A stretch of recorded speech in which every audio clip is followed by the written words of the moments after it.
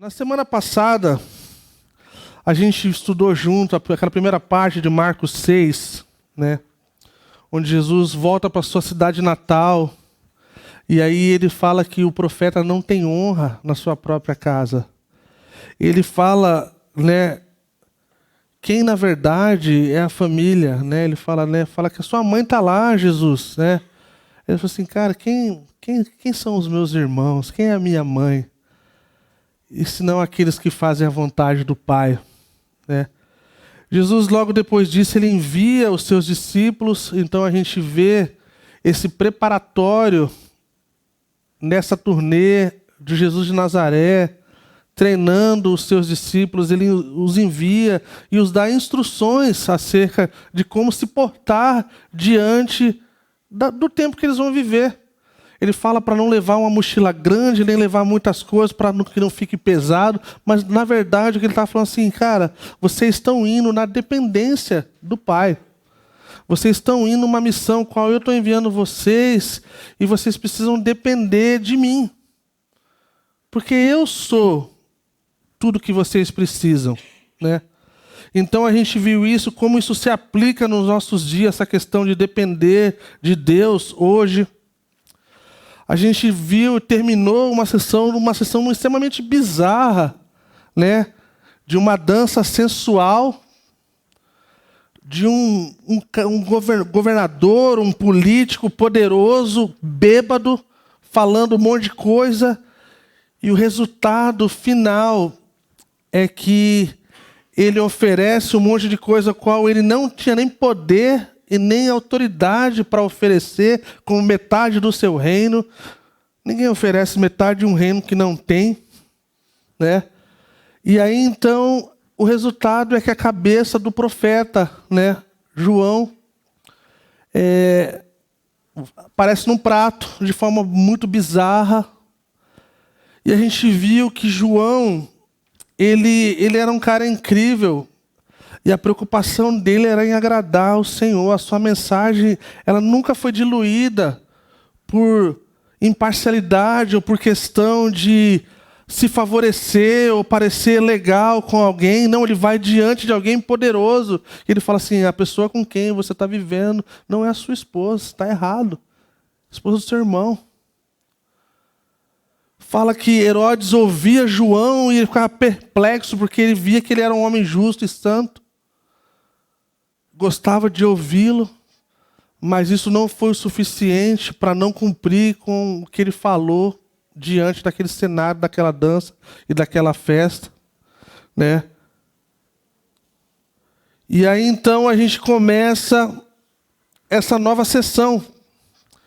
Você que está chegando a Calvary agora, tipo assim, agora a gente está chegando ao estágio normal. No sentido de quantos versículos a gente cobre normalmente nos domingos. Então pode ser que daqui a alguns domingos aí, a gente vai cobrir um capítulo inteiro. E assim, faz tempo que a gente não faz isso, tá? Mas agora a gente está voltando ao estágio normal. Então, que o Senhor derrame graça sobre mim e derrame graça sobre vocês. Para que a gente possa absorver e viver tudo aquilo que o Senhor deseja fazer conosco. Amém? Eu gostaria de orar mais uma vez e pedir mais uma vez a graça do Senhor. Senhor, nós chegamos diante de Ti, Senhor, e pedimos, Senhor, a Sua graça, Senhor. Entendimento, Senhor. Por favor, Senhor. Nós não queremos nos achegar diante da Tua palavra como se fosse mais um domingo, como se fosse mais uma reunião, no qual nós temos esses versículos que a gente tem que passar. Mas faz isso, Senhor, trazer vida para os nossos corações, Senhor. Transformação na nossa vida, na nossa mente, Senhor. Para a glória do Teu santo nome, Pai. Amém. Então a gente começa no versículo 30. Do 30 a 34, a gente vê a compaixão de Jesus pela multidão. Eu gostaria de ler para que a gente possa, então, expor. Marcos capítulo 6, a partir do versículo 30. E, gente, outra coisa que eu queria ressaltar. Aquela arte está muito massa, né? Está massa demais. Eu sinto muito pelo pessoal que fica chocado com umas coisas que parecem Jesus. Não deve escandalizar. Jesus pode ser idolatrado, tá tudo certo. Jesus é o nosso ídolo. Então, é assim, mano, tá massa demais, gente. Eu só queria ressaltar isso aí. Mas vamos lá. Os apóstolos reuniram-se a Jesus e lhe relataram tudo o que tinha feito e ensinado. Havia muita gente indo e vindo, ao ponto deles não terem tempo para comer. Jesus lhes disse: venham comigo para um lugar deserto e descansem um pouco. Então eles se afastaram num barco para um lugar deserto. Mas muitos dos que viram retirar-se, tendo-os reconhecido, correram a pé de todas as cidades e chegaram lá antes deles. Quando Jesus saiu do barco, viu uma grande multidão, teve compaixão deles, porque era como ovelhas sem pastor. Então começou a ensinar-lhes muitas coisas. Então a gente vê essa cena bem interessante. Jesus vê a realidade, ele vê a intensidade das coisas que estão acontecendo, né? Muita coisa acontecendo ao mesmo tempo e tantas coisas. Jesus, então, ele chama os seus discípulos para estar com ele num lugar deserto e os chama a descansarem um pouco. Eles voltaram de um tempo bem sucedido na missão, qual o próprio Jesus havia enviado eles, né? Então é uma coisa incrível. Sendo enviado por Jesus, né, as cidades da Galileia, a gente viu isso lá no versículo 7 a 12 da sessão passada. E fala que quando eles voltaram, Jesus sabia que eles precisavam de um tempo de descanso. E Jesus sabia também quando era hora de trabalhar duro e sabia quando era hora de descansar. E isso é de extrema importância para a gente na vida cristã, né? Alguns de nós viemos de lugares onde o pastor e a liderança da igreja eram super preguiçosos. Alguns de nós viemos do contrário. Talvez eu lembro de ouvir, né, que a gente vai ter tempo para descansar no céu, agora é vida louca. Até que o burnout nos tenha. Então, a gente precisa olhar na perspectiva de Jesus Cristo. Mesmo ele vivendo nessa perspectiva do Messias, ele vivia nessa realidade de verdadeiramente homem. Então a gente viu de várias formas, através dos evangelhos, Jesus tendo coisas da vida, como descanso e dormir, como parte da sua vida. Eu acho interessante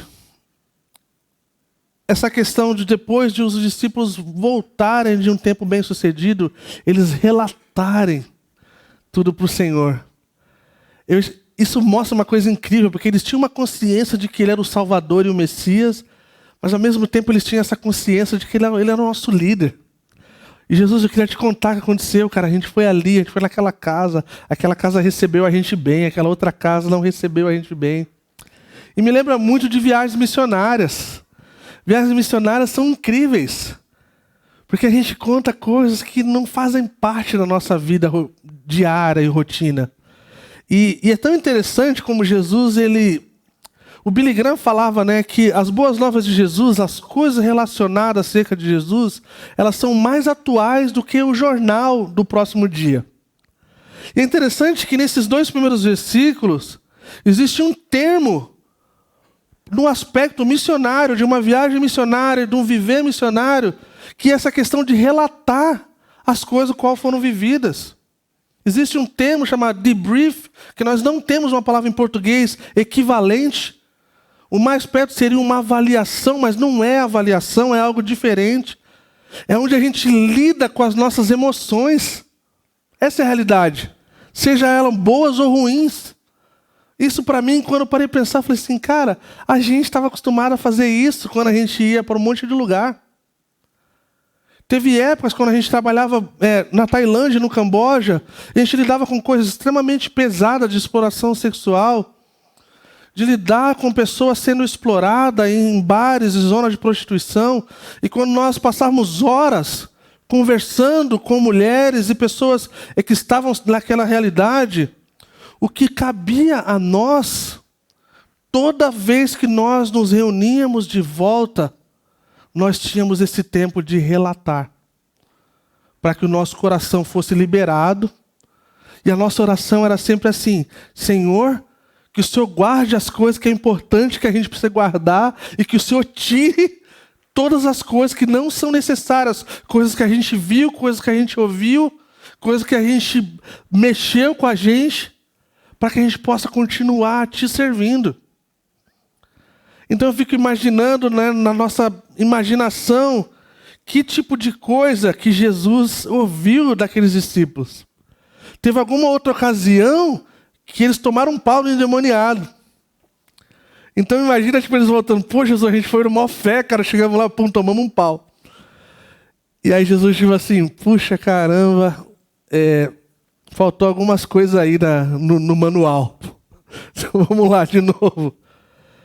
E isso é incrível pensar, né, de uma coisa tão antiga que é tão exemplo para o que a gente está vivendo hoje, e quão importante é a gente expressar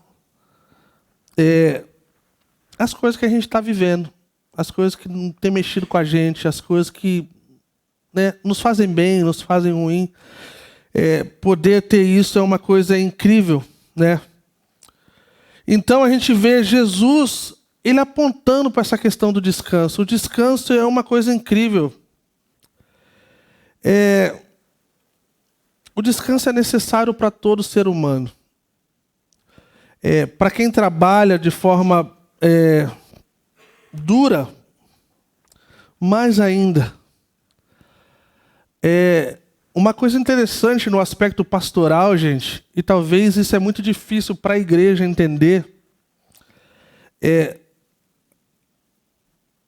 o nosso trabalho muitas vezes não é braçal, não é uma coisa de carregar peso, não é uma coisa de ser construtor, sabe, gente?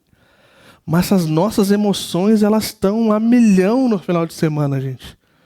E talvez, para alguns de vocês, cara, semana que vem, vocês vão chegar na sexta-feira à noite, no retiro, num lugar incrível, sossegado, gostoso, e você vai desfrutar de uma bondade, gente, incrível. Mas só Deus sabe, e alguns de nós sabemos o quanto é para fazer isso, gente. Então, assim, requer um descanso diferente da mente. Eu costumo dizer que eu sou imprestável na segunda de manhã. Se porventura aconteceu alguma coisa, você entrou em contato comigo na segunda de manhã e alguma coisa não corresponde com a minha personalidade, gente, me perdoe, mas assim, é o outro Cacá, é o meu amigo imaginário. Porque assim, eu sou imprestável, gente. É impressionante, cara. Então assim, por quê? Porque é o final de semana todo pensando, orando, imaginando como vai ser, cada resposta, coisa. Cara, a hora que acaba o culto, eu tenho um pouquinho de energia social ainda para manter um sorriso ainda, uns abraços, uns beijos, um café, uma coisa junto de conversar. Imaginem diante de uma multidão, constantemente lidando com pessoas. Então, imagina a questão das personalidades, né? Como cada um lidava com essa questão, né? Tipo assim, Pedro devia amar a multidão. Né? Normalmente, aquele extrovertido, eles gostam da galera. E aí, tipo assim, cara, você vê os outros que eram mais de boinha, devia estar, tipo assim, cara, quando eu vou poder ir pro quarto pegar meu livro? Né? Quando eu vou poder me pegar minha xícara de café e sentar e ficar quieto? E fala que quando eles estavam a esse ponto, eles vão para esse outro lado, e esse outro lado a galera, mano, flagra que eles estão indo, e quando vai ver já está todo mundo lá. Tipo assim, vamos lá, a turnê não acabou. E fala que as multidões, né, ouviram partir e conheceram, e correram para lá de todas as cidades. Imagina a cena, gente.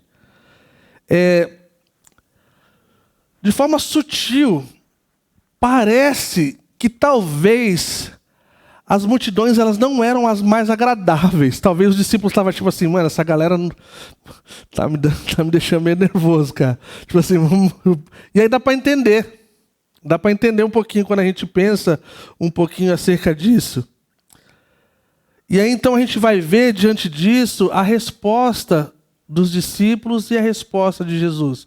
A mesma cena, o mesmo povo, e respostas de forma diferente. Os discípulos, eles viram as multidões, essa multidão especialmente, como um trabalho. Tipo assim, cara, tudo que a gente queria agora era ficar de boa, cara. Como demandas constantes. O descanso é merecido. E nesse caso, foi merecido, mas vai ficar para depois. E a gente entende isso. Porque de tempo em tempo a gente precisa lidar dessa forma na intensidade do ministério. Mas o nosso padrão é um pouco mais elevado, vamos assim dizer, talvez muito mais elevado. Porque não é como eu olho para a multidão, é como Jesus olha para a multidão. E Jesus, então, ele olha para essa multidão não com os mesmos olhares dos seus discípulos, que talvez estavam tentando entender como resolver aquela coisa. Talvez com as melhores das intenções. Mas a coisa que Jesus pega, e essa é a coisa mais incrível, talvez, desses versículos, é que o pastor, ele olha e ele vê uma multidão de ovelhas sem pastor. E deve ser uma coisa incrível de se pensar. Um pastor sem o pastor diante de ovelhas sem pastor. É como se fosse um professor e uma professora que tivesse uma multidão de alunos que não tinham professores ou professora. Não faz sentido. Então, por isso o coração de Jesus, então, revela essa questão de que a comida e a bebida, elas se torna secundária diante da necessidade maior. Jesus tinha essa consciência de que as ovelhas sem pastor eles vão ter problemas. Que as ovelhas sem pastor eles vão cair no buraco, mano. E algumas ninguém vai tirar, mano. E aí então ele se aproveita num bom sentido da situação e ele começa a fazer o que ele veio para fazer, que é ensinar. Então fala que ele começou a ensinar-lhes várias coisas, muitas coisas. A gente sabe, através de outros relatos, que ele estava falando do reino de Deus, ele estava falando de si mesmo, ele estava falando desse reino vindouro que estava chegando, estava ali, diante deles, à porta.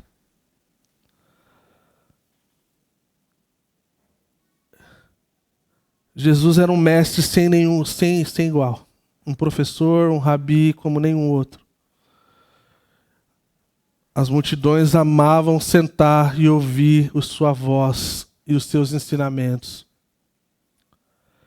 E aí, seguindo adiante, então, começa essa questão a partir do versículo 35.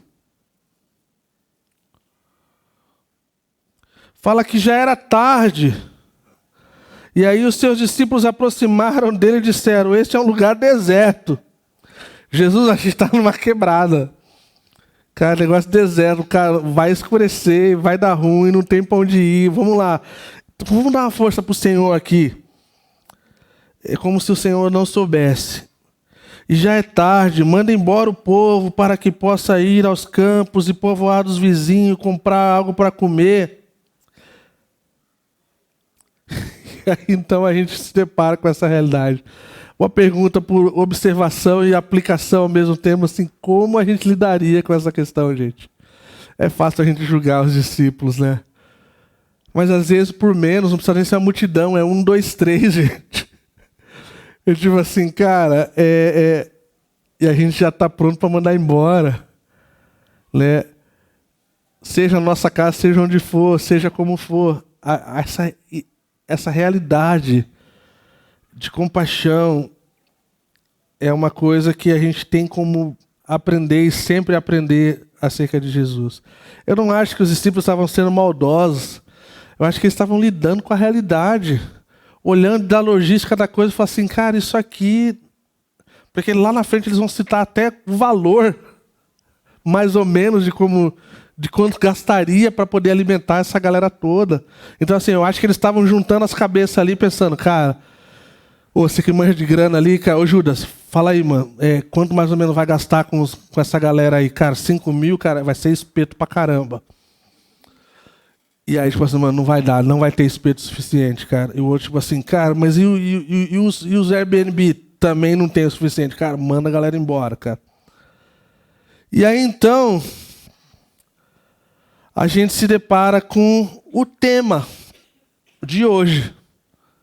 Com a resposta de Jesus no 37, ele fala assim, ele, porém, respondeu, dê-lhes vocês algo para comer. Vocês vão dar comida a eles. Eu tive uma líder muito sábia. E toda vez que alguém vinha reclamar do nosso campus, ela tinha a mesma resposta na ponta da língua. Falei assim, cara, essa droga nesse lugar aqui, não sei o que lá. E tem como mandar alguém fazer? Tempo. Está autorizado a fazer a partir de agora, fique à vontade. Não, eu queria que fosse alguém. Não, você não viu a necessidade? Cara, vai lá e faz, mano. E aí, conforme essa fala começou a se reproduzir, houve um avamento. Que a galera começou a entender, tipo assim, cara, o Senhor está me mostrando. O Senhor está mostrando para mim. É muito fácil a gente pensar nos outros. É muito fácil a gente tentar resolver, talvez, de forma mais fácil. Então, você viu a necessidade? Jesus está falando em outras palavras. Você viu a necessidade? Vocês vão de encontro à necessidade. Façam algo. Isso é muito parecido com a igreja, gente.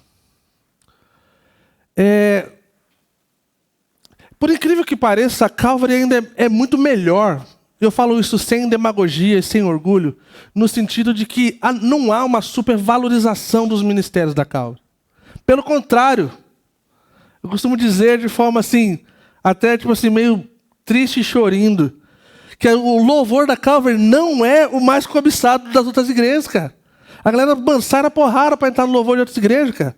A galera quer aparecer para as irmãzinhas, cara, no louvor da igreja. E vice-versa. E aqui sempre, normalmente, assim, falta o músico. Então a gente vê que não há essa supervalorização, assim. A gente colocou a régua lá embaixo, todas as coisas, tirando pelo pastor. Aí os caras olham pra gente assim e falam assim, mano, dá pra ser pastor na Calvary, mano. Tipo assim, cara, olha a equipe da galera. Tipo assim, mano, tirando o reverendo Rodrigo ali, o resto, cara, é só a reba, cara. A gente está fazendo a mentoria de terça-feira com os pastores, e aí quem entrou nos assuntos profissional, a gente teve que levar ele, abrir uma exceção para ele lá, para ele vir, para poder colocar as coisas no lugar. Porque senão ia ficar muito amador. Então, tirando ele, o resto é tipo assim, mano, essa galera arrebenta, cara. É facinho. Fazer, mano, só precisa ter barba, tatuagem, de vez em quando usar uma camisa florida ou da Calvary, e agora o bonezinho, cara, a régua tá lá embaixo, gente. Agora existe uma coisa incrível, gente. Quando a gente passa ali embaixo, a gente vê que o filtro não tem água, gente. A gente não precisa ser ordenado para pegar o garrafão lá na cozinha, pedir licença se tiver alguém, pegar o garrafão. Cara, se você não é alto que nem alguns de nós aqui, cara, você sobe na cadeira lá, cara, e você coloca no filtro, cara. Gente, não requer nem curso de teologia, nem mentoria de liderança, nem nada. Então, gente, que a gente então cuide com os nossos olhos. Meu pastor costumava dizer dominicalmente, falou assim, se você almeja algum ministério nessa igreja, eu quero falar para você, todo domingo e eventos dessa igreja tem oportunidade para você servir com os seus talentos de colocar água no filtro, de pegar uma vassoura, de pegar, cara, ajudar com as mesas, cara. Cara, tem coisa, gente. E assim, o Senhor vai recompensar vocês com recompensas eternas. que ninguém vai poder contá-las.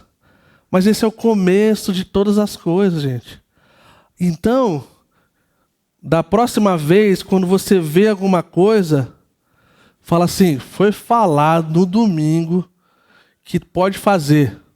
A gente vai lidar com o BO. Se você fizer alguma coisa que não deveria, mano, a gente vai agir com graça com você. Falar assim, mano, tá bom, isso aí não estava na lista, beleza, tá? Mas é assim, gente. Você tem algo, Deus colocou algo na sua vida. Você tem talento, você tem dons, gente. E a gente precisa usá-los. E o Senhor está nos dando olhos para ver, gente. Então, para aqueles que não fazem parte de ministério nenhum no momento, ou ainda não são membros da igreja, ou não estão em 3 ministérios como a maioria de nós, cara, quer chegar antes do domingo, gente, tem coisa para fazer. Quer chegar antes dos eventos, tem coisa para fazer. Quer ficar um pouquinho para depois, não vai embora correndinho, tem coisa para fazer. Amém? E aí então, seguindo adiante, eles começam a contar, então, eles começam a ver essa questão de, caramba, como é que vai custar esse negócio? Olha o que eles falam, isso exigiria 200 denários, né? Devemos gastar tanto dinheiro em pão e dar-lhes de comer? Então parece que eles tinham, hein? Tinha os dólares, né? Não sei quantos dólares era o dinheiro de um ano. Mas parece que tinha. Será? Devemos gastar tanto dinheiro em pão e dar-lhes de comer? Aí aqui a gente tenta imaginar se é num tom raivoso ou num tom tipo de reconhecimento, tipo assim, cara, esse negócio vai dar ruim. E é muito legal, gente, você trabalhar com equipe assim, que tem a galera que eufórica, sempre entusiasta, e que não, mano, não liga, tipo assim, cara, não importa quanto custa, gente. Tem umas pessoas que simplesmente assim, vai dar tudo certo. E tem outros, tipo assim, mano, isso vai dar ruim. Não precisa nem fazer a conta, vai dar ruim, mano. E aí você fica assim, vamos fazer o seguinte, vamos fazer um teste. Fazer um teste é incrível, gente. É a palavra do avivamento. Você fala assim, vamos fazer um teste. Se der ruim, a gente pede desculpa. E se der bom, glória a Deus, aleluia. Os entusiastas aí são as pessoas que carregam as coisas. Então, por isso que é bom ter uma pluralidade no presbitério. Porque senão, era só tipo assim, mano, 100% deprê, outro 100% festa e, mano, não dá bom. E aí, então, um ano de renda é muita grana, gente. Um ano de renda é muita grana. Seja quanto for que você ganha por mês. Um ano de renda é grana. Na Noruega, a gente costuma dizer que a gente sabe quanto um cara ganha muito dinheiro, que o cara é rico na Noruega, é quando ele tem um carro que custa um ano de trampo. Tipo assim, a gente fala, aquele cara ali tem um carro de 1 milhão. Tipo, esse cara ganha 1 milhão por ano. Então imagina a coisa. Mano, seja o que for, é um ano de trampo. E aí então eles começam de umas coisas muito parecidas com a gente. Quais são os nossos recursos para a gente fazer isso? Para o Senhor. E a gente começa a olhar para a nossa realidade, não é verdade? A gente não para e fala assim, cara, o Senhor tem todos os recursos do mundo, cara.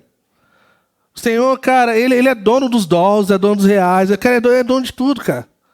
Não importa o câmbio, não importa a bolsa de valores, não importa o Senhor, cara, é dono de tudo. Mas a gente começa a olhar assim, vamos ver qual é a nossa realidade.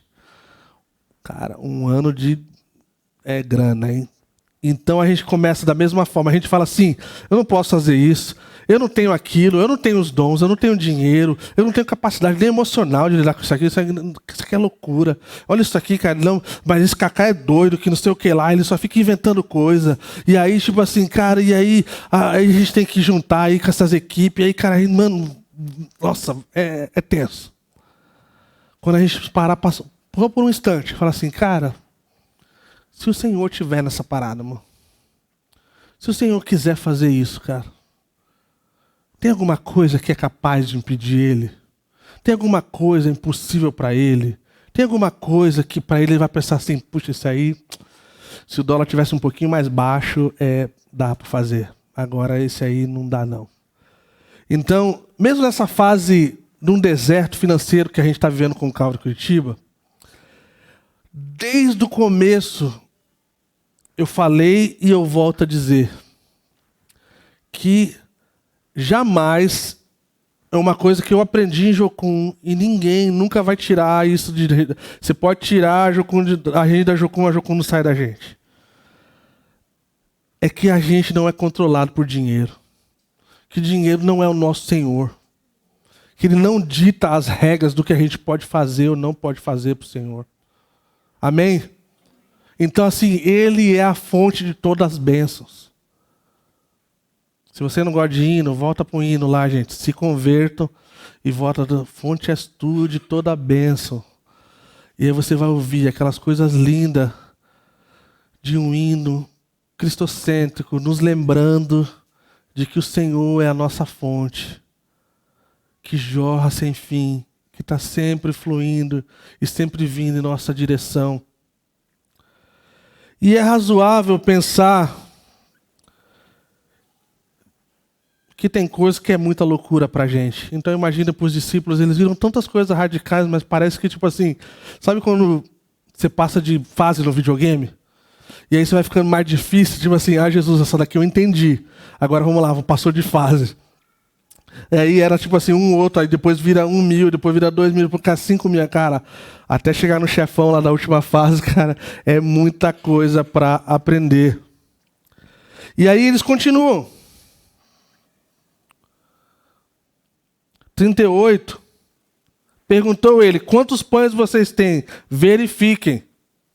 Falou assim, cara, não vamos ficar falando muita coisa, não. Vamos. Tipo, o Aguiar falaria isso, né? Ah, legal, tá bom, mas tá bom. O que tem aí? Tipo assim, verifiquem aí pra gente poder ver o que dá para fazer. E aí eles seguem.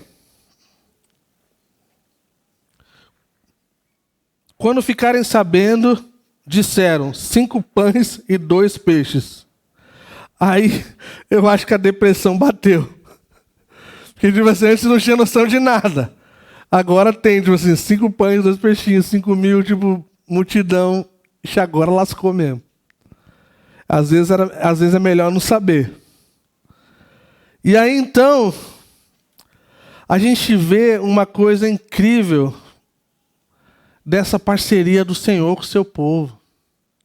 Ele poderia ter estralado o dedo. Cara, pão com asinha chegando na galera, com bife, né, cara, com todas as... Cara, ele faz o que ele quiser, cara. Aí ele vai e olha para o seu povo e fala, cara, o que vocês têm em mãos? Vamos partir daí. E aí, então, é algo que a gente precisa, então, sermos lembrados. Porque mesmo que a quantidade que a gente possa ter seja pequena, assim como era dos discípulos, na mão do Senhor se torna milagre. Então, não sei qual é os seus 5 pães e os seus 2 peixinhos. Não sei nem qual é o meu. Mas uma consciência a gente precisa ter. É que na mão do Senhor, quando Ele parte o pão e Ele agradece, é milagre. É milagre. E aí fala então que Ele ordenou que sentassem em grupos na grama verde. E assim eles se assentaram em grupos de 100, de 50. Então a gente vê que Jesus ele era tipo bem organizado. Jesus não era zoado. Ele não queria uma cena de apavoro. Você já viu, gente, quando um caminhão com carne tomba na BR? A loucura que é, gente. Não era isso que ele queria. Ele queria organização. Ele falava, mano, vai chegar para todo mundo, fiquem tranquilos, vai dar bom. Então, Deus gosta de organização. Então, quando você pensar alguma coisa está bem organizada na igreja, glória a Deus, aleluia. Olha que interessante, a palavra grega para grupos é uma palavra muito interessante. ela dá essa ideia de fileira de vegetais na horta. Você fala assim, mano, o que isso tem a ver? Né? Tipo, fileira de vegetais na horta. Mas imagina os grupinhos arrumadinhos, bonitinhos, assim, tipo uma horta. Que o Senhor está lá cultivando fé, cultivando um monte de coisa. Isso também nos lembra também que o Senhor, o bom pastor, ele nos leva aos pastos verdes. Então isso também é um lembrete para nós, né? Então fala que ele olha para o céu, ele abençoa o partido, então ele parte os pães, ele abençoa então essa comida, ele agradece pela provisão do Pai. E então algo acontece. Alguém falou que Jesus, ele fielmente, ele segue nessa forma de tomar o pão, o pão nas mãos, ele pronuncia a bênção, ele parte o pão em pedaços, ele distribui, né? E a única desvio da prática foi que enquanto ele orava, Jesus olhava para o céu e não para baixo, como era normal. Então havia essa questão da ligação com o Pai e da provisão do Pai nessa situação. E aí então fala que assim, todos comeram, se fartaram, a esse milagre, né, da multiplicação, mais de 5.000 pessoas alimentadas. E esse milagre acontece nas mãos de Jesus. Então, seja qual for a nossa realidade, nas mãos de Jesus, todas as coisas têm capacidade de se tornarem milagres. Então é sempre um lembrete para nós. Não existe mãos melhores que a gente possa confiar as nossas vidas, as nossas famílias e as pessoas do qual nós temos orado. Eu estava lembrando uma coisa incrível acerca disso. É que eu amo o nome Belém. E Belém, né? Beit-Lehem, né? A casa do pão. Fico pensando, nossa, podia ter uma igreja com o nome Casa do Pão. Né? Deve ser o nome de alguma seita por aí, não é possível. Eu assim, Calvary, Casa do Pão. Fiquei viajando assim. Gente, é no Senhor que a gente encontra alimento. É na casa do Senhor que a gente vai para a casa do pão, gente. Então o Senhor, além de fazer isso de forma milagrosa, Ele faz isso de forma ordinária. Belém, casa do pão.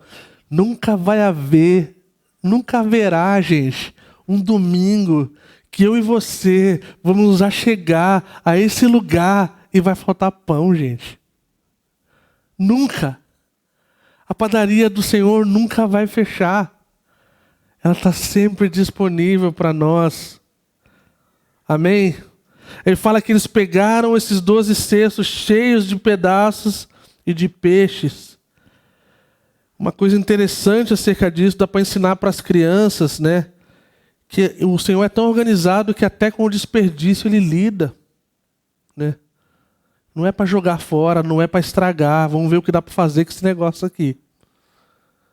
Talvez o menininho lá, né, a gente vê no outro evangelho, diz que foi o menininho que liberou o lanchinho dele. Diz que o pessoal assim, ó, cara, agora você vai ser recompensado, você vai voltar com 12 lanchinhos. 12 vezes mais. Não, brincadeira. Mas que eu queria ver a reação daquele garotinho, eu queria. Mas vamos lá. 45 a 46, Jesus sai para orar. Então, lembra do fotógrafo da turnê de Jesus Nazaré? Então eles estão, cara, o pau torando, cara, um monte de coisa acontecendo, cara, é milagre acontecendo, é multidão apertando um ao outro. Então acaba o show e Jesus então ele vai se retirar, porque aonde ele encontra a energia dele não é dormindo até meio-dia. A energia de Jesus ela era encontrada de uma outra forma. Então, imediatamente ele fez seus discípulos entrarem no barco e irem adiante dele para o outro lado, para Betsaida, enquanto ele despedia a multidão, e quando ele os despediu, ele partiu para o monte para orar. Gente, aí bate uma bad. Porque você fica assim, cara, os caras já estavam esperando descanso. Aí vem essa multidão. Aí ele resolve a coisa e fala assim, agora a gente vai pro resort. E aí Jesus fala, não, vamos lá pro outro lado, que agora eu vou lá pro monte para orar, porque eu sou pentecostal. E a galera não curte muito esse lance. Um dia longo, difícil, gasto ministrando a necessidade do povo, cheio de necessidades espirituais, físicas. Imagina a exaustão daquele povo que estava ministrando a essa galera. Mas aquele dia difícil levou Jesus a orar, gente. Ponto de aplicação para a gente, cara. Não é para a cama que nós devemos ir quando nós estamos exaustos. Ninguém pode dar descanso verdadeiro para a gente. Depois a gente faz as outras coisas que a gente gosta de fazer nos nossos dias de descanso. Uma das coisas que eu amo, que mexeram com a minha vida quando eu comecei a fazer parte da Calvary, e é uma das coisas que nós temos conversado com o presbitério e a gente gostaria de ver sendo retomado. Algumas pessoas das comunidades mais antigas talvez carregam isso de forma muito linda. E eu quero ressaltar isso e dizer que é muito legal. É a questão da oração, gente. Uma das coisas que mexia comigo quando eu comecei a andar com os pastores da Calvary era que qualquer conversa que a gente estava, havia uma forma de que eles paravam assim, vamos orar por isso. E isso está em falta no mercado. E eu falei, uma das coisas que mais mexeram comigo na minha viagem para os Estados Unidos, gente, não foi estar na Califórnia, mas foi estar na casa de um casal que vivia isso da Calvary. Nós estávamos sentados aí, começamos a conversar sobre alguma coisa assim, nossa, vamos orar para fulano. E aí a gente orava, aí a gente entrava no carro para ir para a igreja, aí a moça falava assim, vamos pensar em algumas pessoas para a gente orar antes da gente ir para o culto. E eu falava assim, nossa, como isso me faz lembrar do meu pastor. Como isso me faz lembrar no começo da Calvary, nos anos 2000. E a gente orou por tanta coisa legal, gente. E isso é uma prática que nos ajuda a não falarmos mais, falar mal dos outros. Isso nos ajuda a não sermos fofoqueiros. Isso nos ajuda a ter nosso coração num bom lugar. Isso nos ajuda a ter fé quando a gente não tem. Gente, é uma coisa incrível, gente. E eu fiquei muito feliz de ouvir que isso tem ainda em algumas pessoas da Calvary. Eu fiquei feliz de ouvir que tem alguns grupos e quando algumas pessoas olham, as pessoas estão de canto orando. Que coisa incrível seria se a gente retomasse isso como parte da nossa comunidade, gente. Quando acabasse o culto, não só é um ou outro, mas a gente parasse e perguntasse como foi o culto para você hoje. O que foi que o Senhor falou com você hoje? Posso orar por você? Sem ser chato, sem ser inconveniente, sem querer parecer uma coisa que você não é. Você está entendendo o que eu estou falando, gente? E dessa forma, isso molda uma comunidade, gente. Isso faz com que a comunidade seja zelosa com a coisa que Deus está fazendo. Nós estávamos com um grupo de jovens ontem, reunidos, e nós lemos o Salmo 51, da confissão de Davi, depois de cometer o seu pecado de adultério. E, gente, isso precisa mexer com a gente. E é incrível poder ouvir que depois a gente pode chegar em um outro e falar assim, cara, como foi para você ouvir aquela palavra? Cara, para mim foi dura. Eu lembrei dos meus pecados, a lista dos meus pecados são bem longas. Mas eu pedi perdão para o Senhor me perdoou, eu já não carrego mais isso. Estou livre. Então imagina, gente, é uma das coisas que o Senhor fez, Ele modela isso para nós, e a gente deve fazer a mesma coisa. Então, vamos praticar essa questão, gente. Do versículo 47 a 52, é uma passagem bem conhecida de Jesus andando sobre as águas. No meu subtítulo era tipo assim, vocês deem a eles o que comer e o fantasma. Mas aí eu tirei, porque o fantasma pode escandalizar muita gente. Mas fala que eles ficaram tão assustados que eles acharam que era um fantasma. E aí, mais uma vez, fala que ao anoitecer o barco estava, 47, ao anoitecer o barco estava no meio do mar e Jesus se achava sozinho em terra.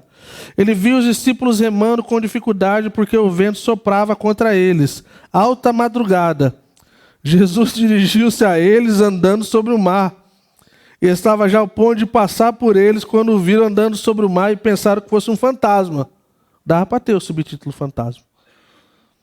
Então gritaram, pois todos tinham visto e ficaram aterrorizados. Mas Jesus imediatamente lhes disse, coragem. Tipo assim, gente, coragem, gente. Tá tudo certo. Sou eu. Não tenha medo. Então subiu no barco para junto deles e o vento se acalmou e eles ficaram atônitos, pois não tinham entendido o milagre dos pães.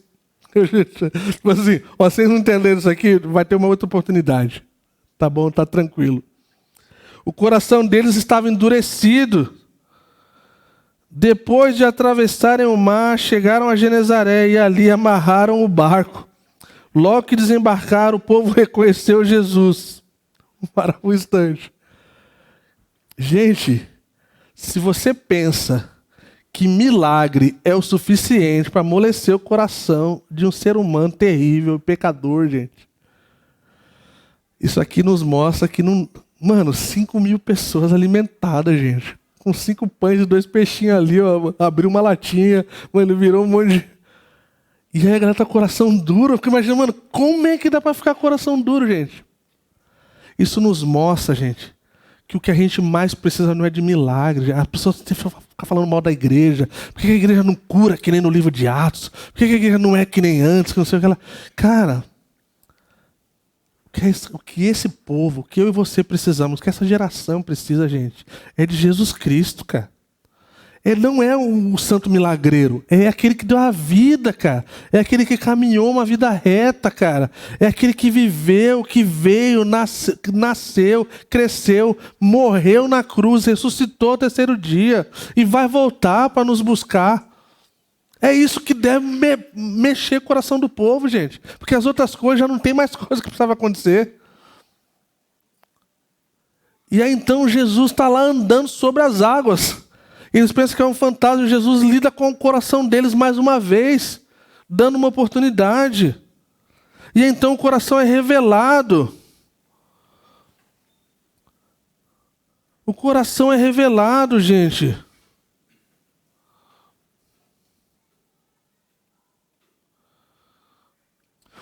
Agostinho falava que Jesus colocava as tempestades da vida sob os seus pés. Que coisa linda. As tempestades da vida estão sobre os pés de Jesus. Então, por que o cristão teme? Foi nessa mesma ocasião, gente, que Pedro sai do barco e caminhando até as águas até Jesus. É nessa mesma ocasião. E ele afunda. Era como se... Só olha para mim. Só olha para mim. Se você consegue andar. Se você olhar para mim, você consegue andar. Agora tira os olhos de mim, vai afundar.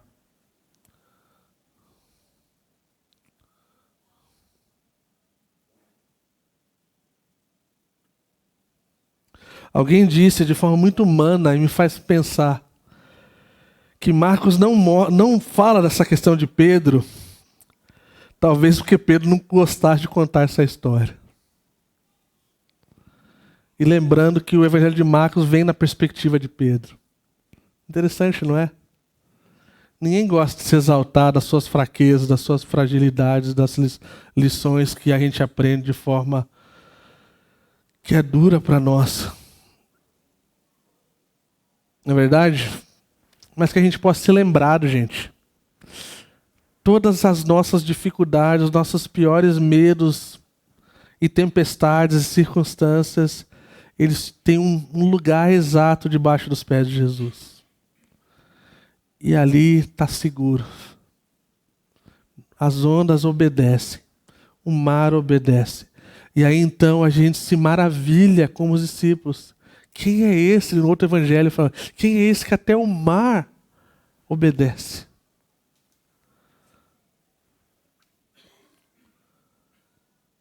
Versículos 53 a 56, né? Do 54, na verdade. Logo que desembarcaram, o povo reconheceu Jesus. Eles percorriam toda aquela região e levavam os doentes em macas para onde ouviam que ele estava. E aonde quer que ele fosse, povoados, cidades ou campos, levavam doentes para as praças, suplicavam que pudesse pelo menos tocar na borda do seu manto. E todos os que nele tocavam eram curados. Esse é o ministério de Jesus. Por onde ele passava, bondade acontecia. Isso aqui, essa realidade de tocar no manto dele, de tocar na borda, me faz lembrar daquela mulher hemorrágica. Uma fé fora do normal, de saber que de alguma forma outras vezes já haviam acontecido. Eu não sei, gente, quais são as coisas que a gente precisa tocar no Senhor. Não sei. Mas eu sei que todos nós temos algo. E eu gostaria de que a gente colocasse diante do Senhor. Para que a gente possa, assim como Marcos ele conclui essa breve sessão, né, acerca do poder de Jesus sobre a lei da natureza. Ele governa sobre tudo e sobre todos. Os homens não andam sobre a água. Os doentes não são curados instantaneamente, de qualquer jeito, de qualquer forma, por qualquer pessoa. Nada disso é normal, gente. Tudo isso é acerca de Jesus Cristo, nosso Senhor, o qual hoje nós temos o privilégio de poder chamá-lo de Senhor e Salvador, e poder apegar a Ele, segurar na mão dEle, assim como Pedro segurou, e já não mais precisar afundar, porque a gente já está aprendendo a lição. Se a gente simplesmente olhar para Ele. Vamos colocar de pé.